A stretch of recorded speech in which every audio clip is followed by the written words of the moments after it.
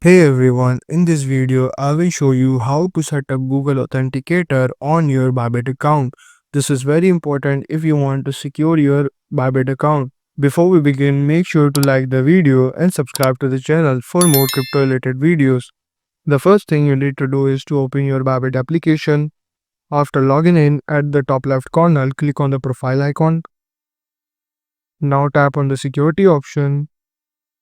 Now scroll a bit and you will see Google 2FA authentication. Click on it. Before setting up, Bybit will send a verification code to your registered email. Check your inbox.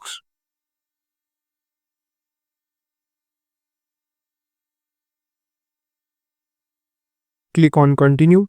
Now you'll see two options to connect Google Authenticator. You can save this key and open the Google Authenticator application. If you don't already have, download the Google Authenticator application from the Play Store app. Tap on it. Click on the plus icon. Enter a setup key. Tap on this option and paste that key.